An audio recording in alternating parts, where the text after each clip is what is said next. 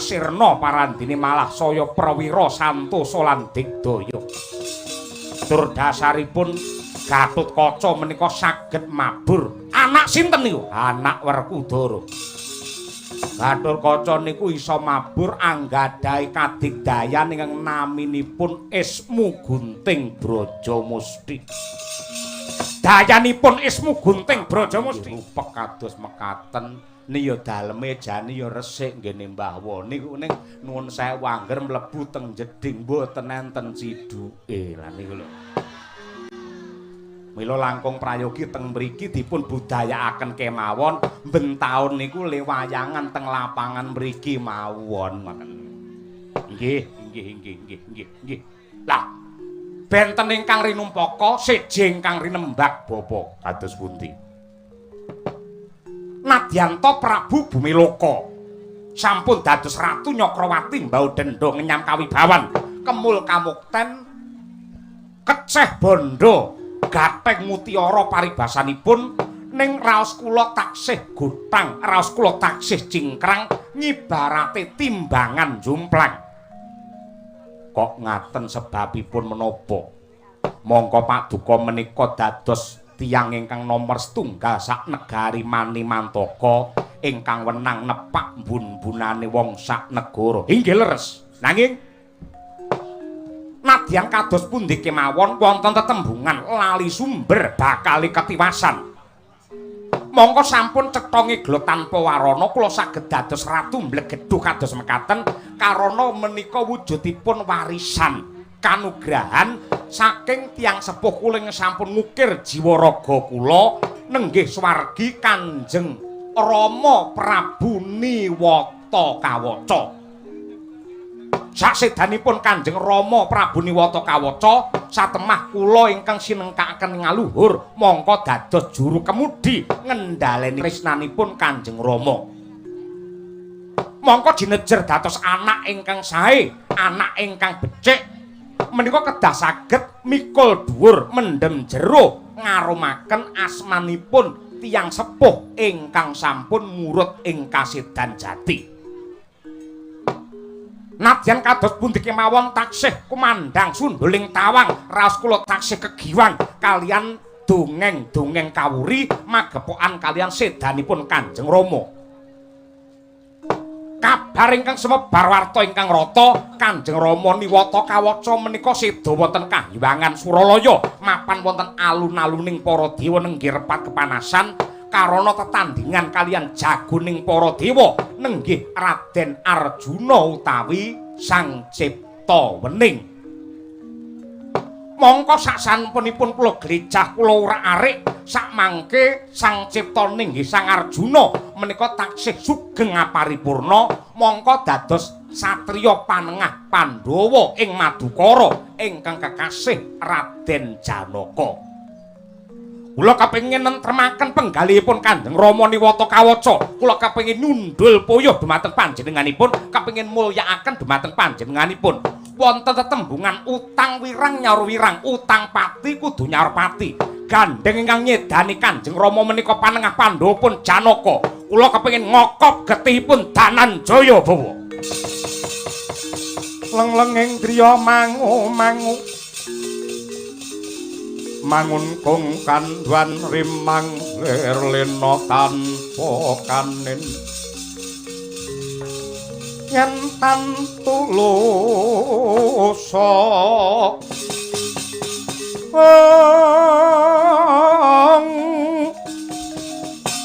mengku sang tiyah utama mangkono Srinarendra Mudha wus nyolen hangrapa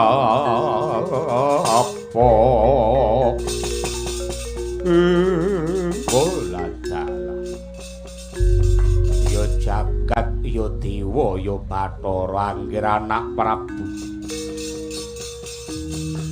kados sinambring gelap manah kula sak sampunipun mirengaken sumpah lan prasetya ndika anak Prabu Bumiloka ingkang badhe ngancam ngincim dumateng pejahipun panengah Pandhawa Raden Arjuna. gandeng wonten mriki menika kula kadhapuk mongko dados pujangga. Kula ingkang dipun sepuhaken wonten mriki mboten ketang klungsu-klungsu kula tak nderek udu. Sampun ngantos menika mangke malah getun keduwung ing tembe wingkingipun. Merga tumindak ingkang agahan tanpa paniti priksa adatipun malah gawe wirang, malah gawe cilaka. Nyuwun pangapunten Raden Arjuna menika kadigdayanipun boten saged dipun sangga enteng. Ing atasipun ingkang Rama Prabu Niwata kawaca ingkang kondhang kaloka kadigdayanipun mbrebeki jagat karana kagungan kasekten aji gineng parandene kasor tanding kalian Janaka. Bab menika kedah dipun penggalih kanthi wening nggih sampun ngantos mangke malah jenengan ingkang kedrawasan anak Prabu Bumiloko.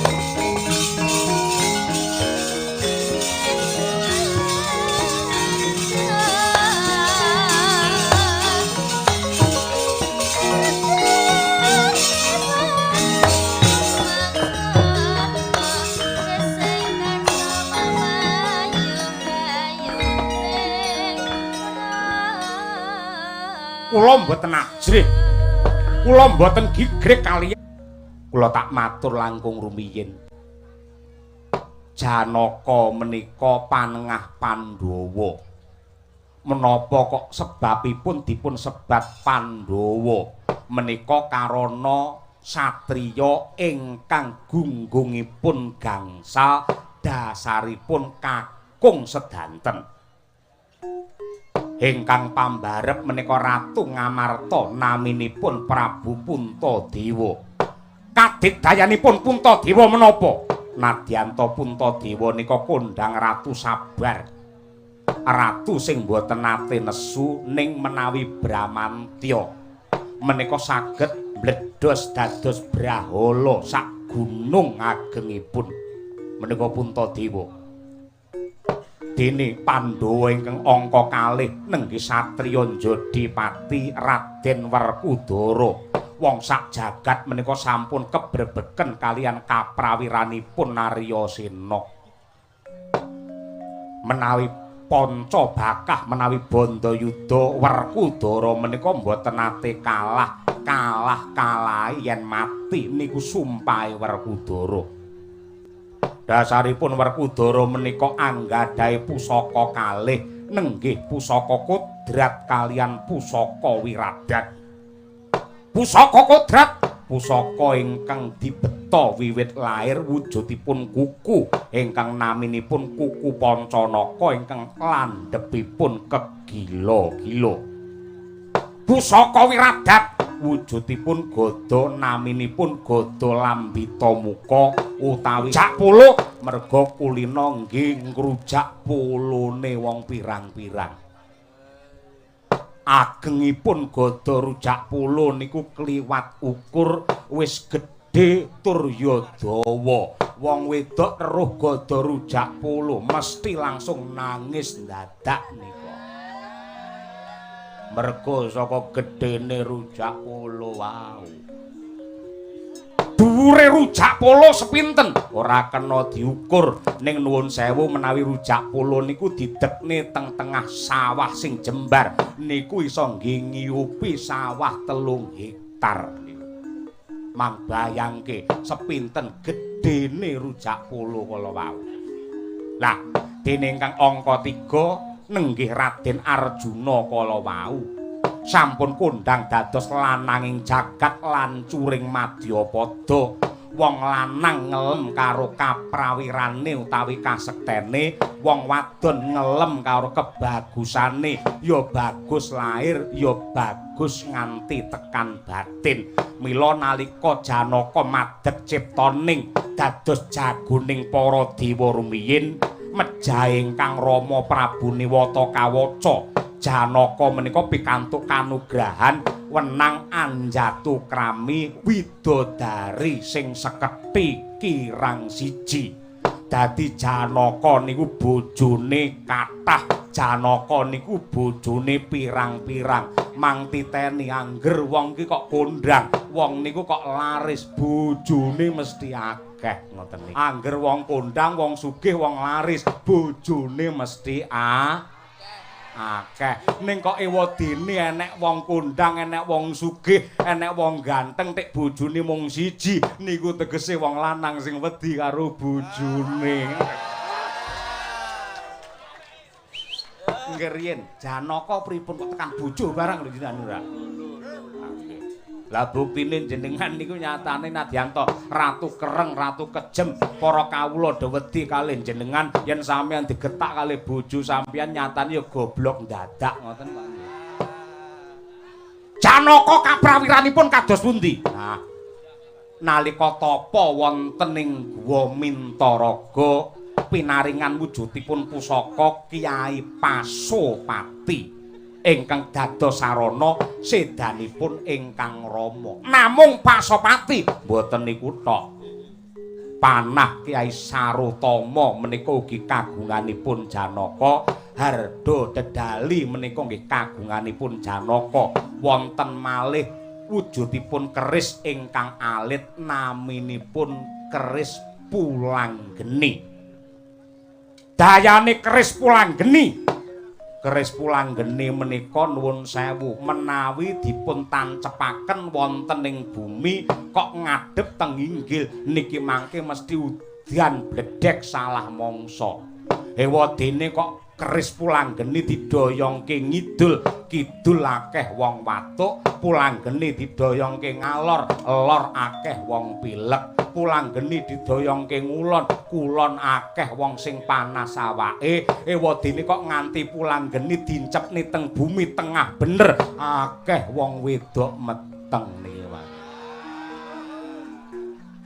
Niki dayane Pulanggeni. Ampun dodo riyen sekedap Mang Bacone.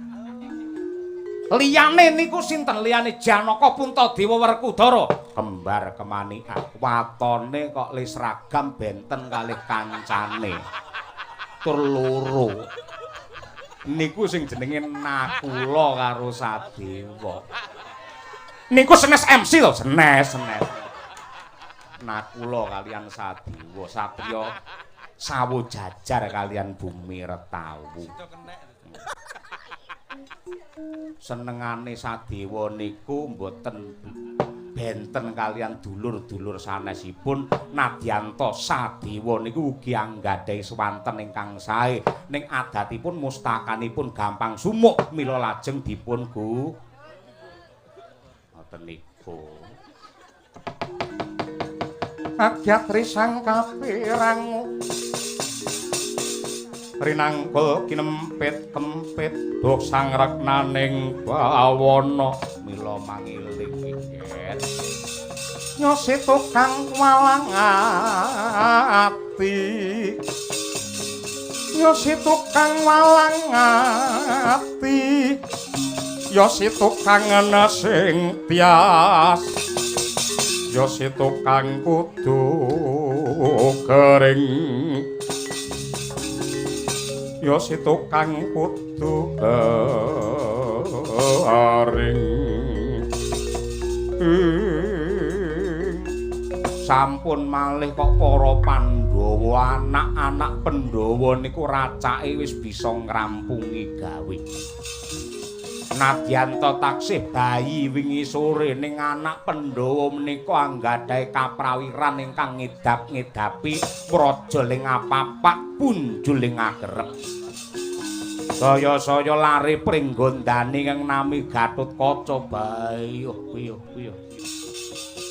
bayi abang kemawon umur setahun dipun cemplungaken wonten ing kawah Candra Dimuka ora mudar malah bingar-bingar ora sirna parandene malah saya prawira santosa lan digdaya tur dasaripun Gatotkaca menika saged mabur anak sinten niku anak Werkudara Gatotkaca niku iso mabur anggadhahi kadigdayan ingkang naminipun Ismu Gunting Brajamusti. Dayanipun Ismu Gunting Brajamusti. Lamun to Gatotkaca perang kok lara awake lajeng ndedel nggayuh ngegono.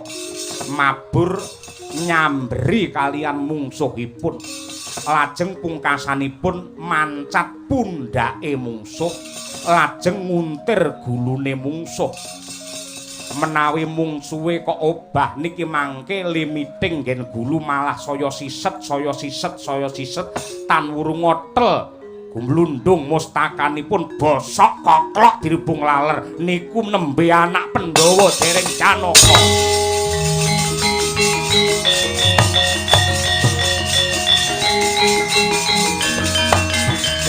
Kuning langit kelak-kelak kakon lerake sanging alis.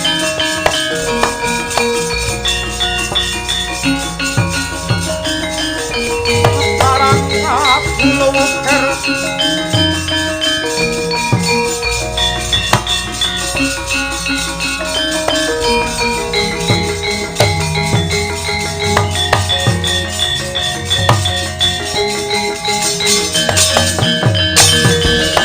kakyat risang kapirangur nangkul kinampet kempit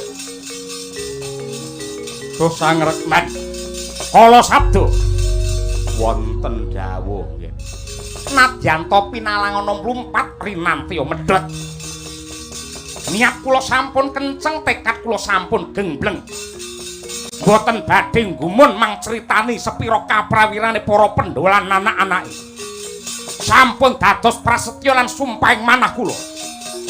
Kula isin nyawang soroti srengenge, wegah ngemut legining gula. Lamun to dereng bisa ngokop getihe Janaka.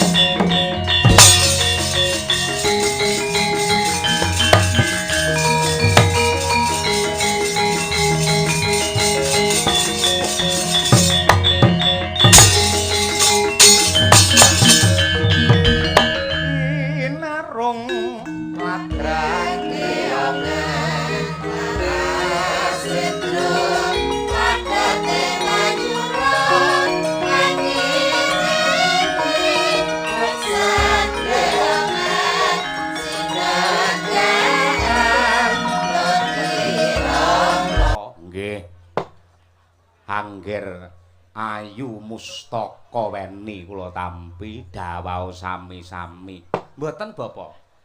Kula tingali sak lebetipun kula badhe minggah wonten ing pendhapi Manimantaka kok menika wau kula ngertos Kakang Mas Bumilaka semengko pengawak Bajra sigra Kang Mawa Gita menika badhe ndak endi? Pripun? Kok semengko pengawak Bajra badhe ndak endi? Kula palangi mlumpat paribasan kula rante medhot bidal dhateng Amarta. Lho, perlunipun males pati marang sedanipun ingkang Rama. Gandeng sampun cetha bilih ingkang Rama. Prabu Niwata kawaca menika seda wonten Raka Prabu Bumilaka nedya males pati mila bidal ngrangsang perang wonten Ngamarta. Wiwit sarta pawana teng ranu resing karasaning sun dening kanyut manis lireng iraga Gusti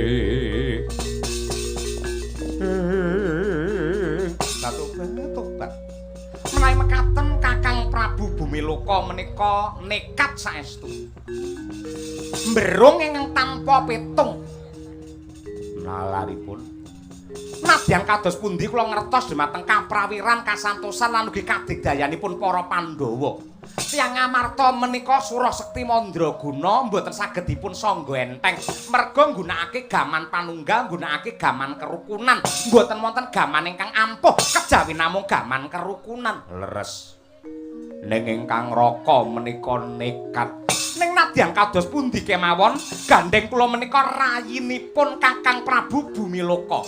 Saged-saged menawi Kakang Bumiloka menika mulya kula nggih nderek mulya, menawi Kakang Bumiloka menika pejah kula ugi nderek kasulayan.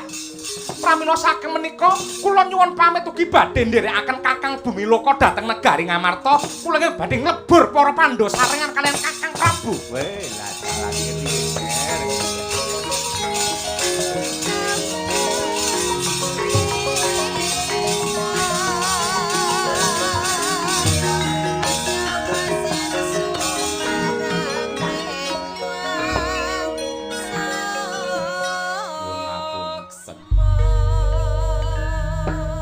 nadyan kados pundi kemawon wong wani niku kedah mawi petung.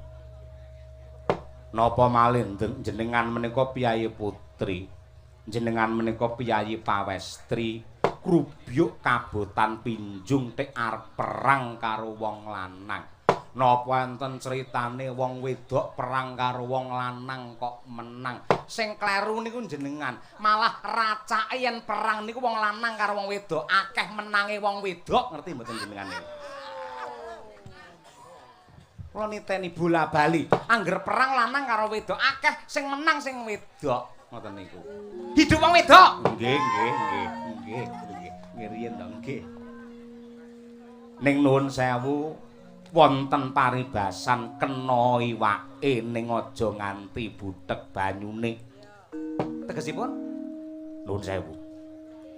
Menawi badhe ngrebahaken para Pandhawa, mejahi para Pandhawa menika kedah mawi sanggit rungsit rekayasa rekadaya ingkang dipun kersakaken. Nuwun sewu. Kula ngingsep pakabaran bilih ripalungguhan samangke para Pandhawa nembe tindak wonten ing pertapan Saptawarga tur dasaripun babar pisan boten wonten ingkang ngasta pusaka. Karana anggenipun tindak wonten ing pertapan Saptawarga gadah lan ugi ambangun wujudipun Candhi Saptawarga. Lah mongko sumbering kekiyatan mongko dadi lantaran ingkang minangka dados dasaring negara paugeraning praja lan ugi pakeming negari Ngamarta menika boten wonten sanes kejawi namung jimat jamus Kalimasada. Yen Kalimasada mangcolong ringkih rubuh para Pandhawa.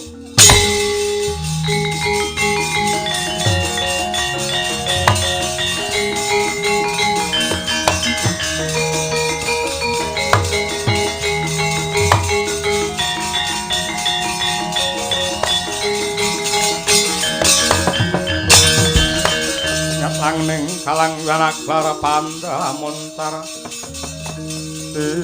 inon ler kekonang surem soro tetan padang kasor lan pajaring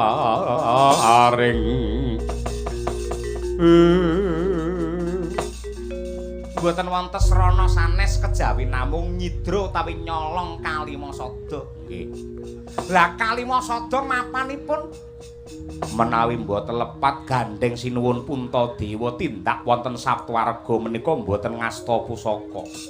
Mestinipun Kalimasada mapanipun wonten ing gedhong pusaka negari Ngamarta. Menawi mekaten badhe kula colong yen jenengan nyolong wujud jenengan Dewi Mustakaweni kados mekaten.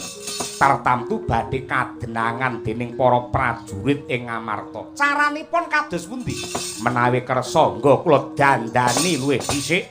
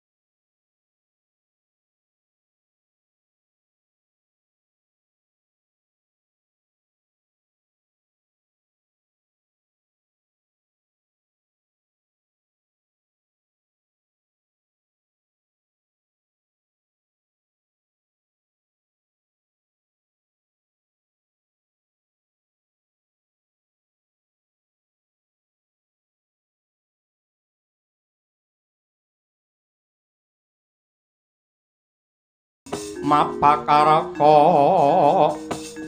suta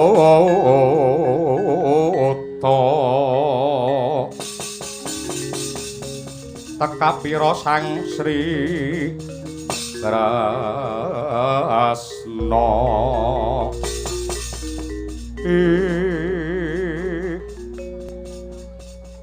Angger anak Prabu Pringgondani Prabu Anom Harya Gatotkaca inggih Dewi Mustaka Weni ana dawuhmu apa Bapak warane kok tetep wedok mongko gagahe kaya ngono serapang gumbalane melang-melang suarane kok wedok malah Angger apa Bapak wah cilaka ora didandani sik kudu didedek kok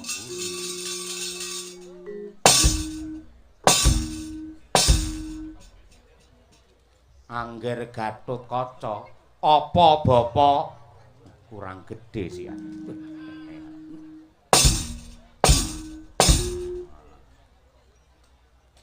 Angger Gatotkaca apa Bapak malah cilik eneh ya apa kudu sing gedhekne apa kudu winong apa piye kok iso gedhe angel ora ngono aja-aja kudu kok ngarep Angger Gatotkaca kula wonten timbalan ingkang adhaw lah dalah gedhe tenan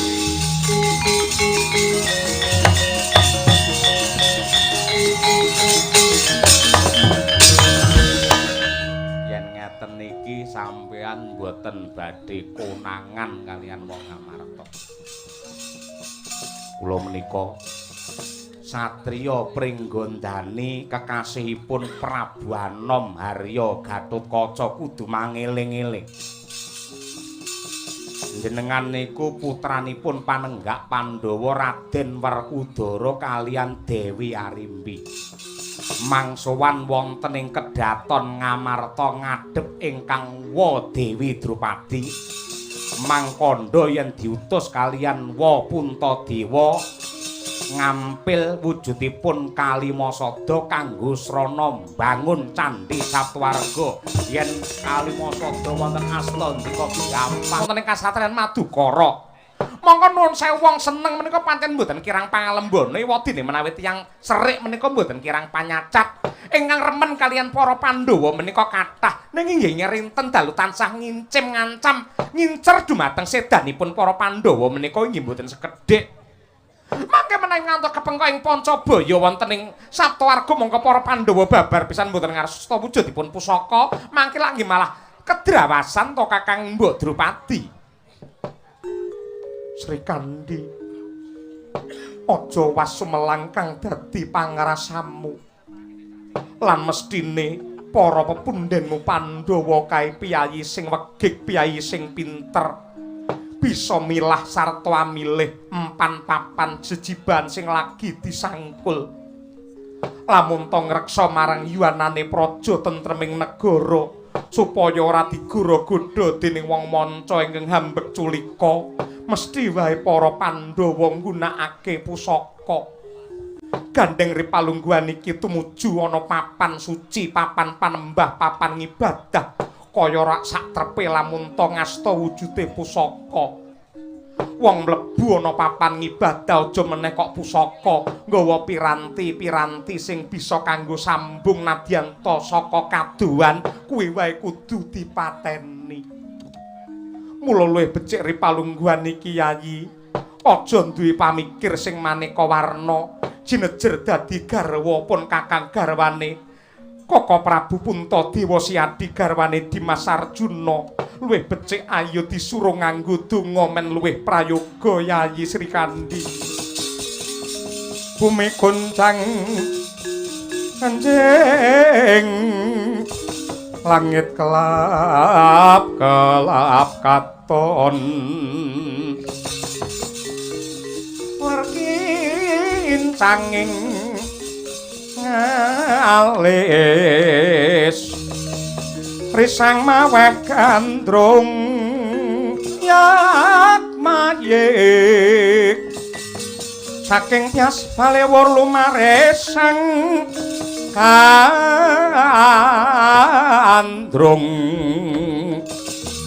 duh harisu mitra anaya paranreh kabeh sining wana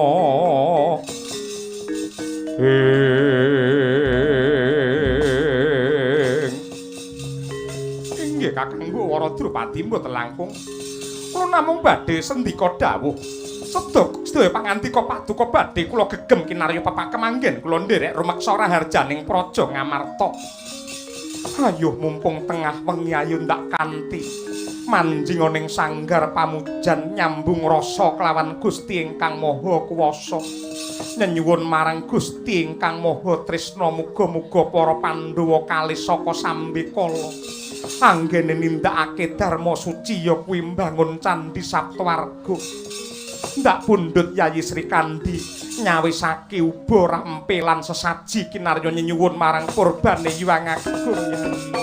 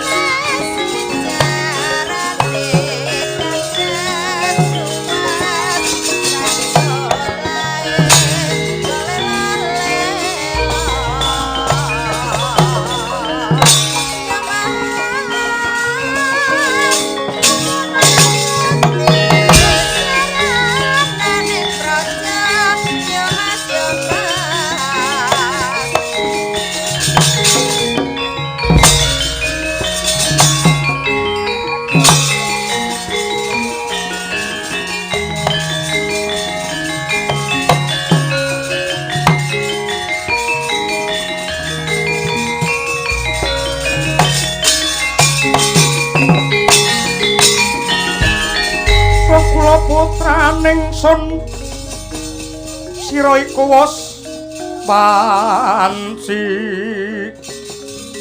wong pisah lan jenenging wang yuwa kulineng hardi becik sira ning praja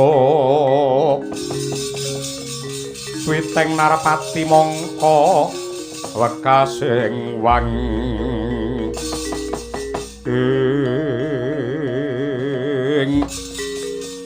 kawula nuwun sewu Hamid pasang kaliman tabi tinebining tulak manu dumawing tawang tuwak Waratu kula ingkang putra Pringgondani Gatotkaca ingkang suwan sembah pangabekti kula kunjuk Waratu Drupadi anakku wong gagah anakku wong jarot tetuka ndak tampa ora liwat pangestu kumara gage tampanana kula Gurawalan anggen kula mundi mugi andadosaken jimating gesang kula nyuwun pangapunten dene kula tilar iji manjing wonten ing Kedaton Ngamarta anggen muninggal tata krama lan susila wani mlebu ning Kedaton mestine ana bab wigati kang bakal nduk aturake nggih nyuwun pangapunten ngaturaken kedrawasan atur wuninga bilih para punden Pandhawa anggenipun ambangun Candhi Saptawarga nadyan marambah makaping-kaping sampun dipun bangun parandene tansah jugruk tansah ambrol ngoten terus mboten wonten rampunge Waratu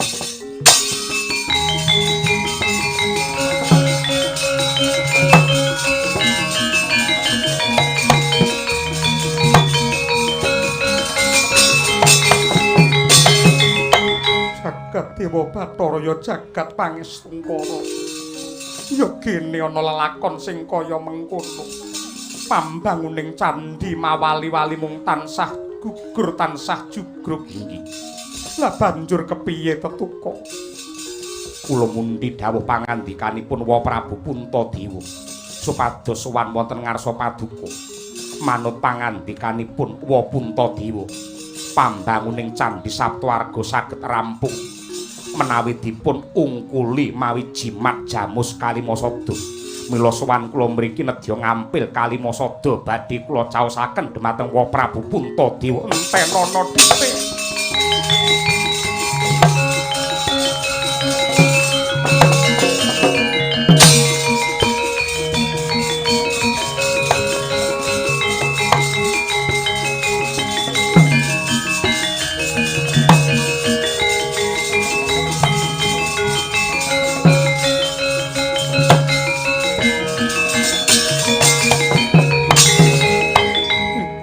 Bagus wujude Kalimasada.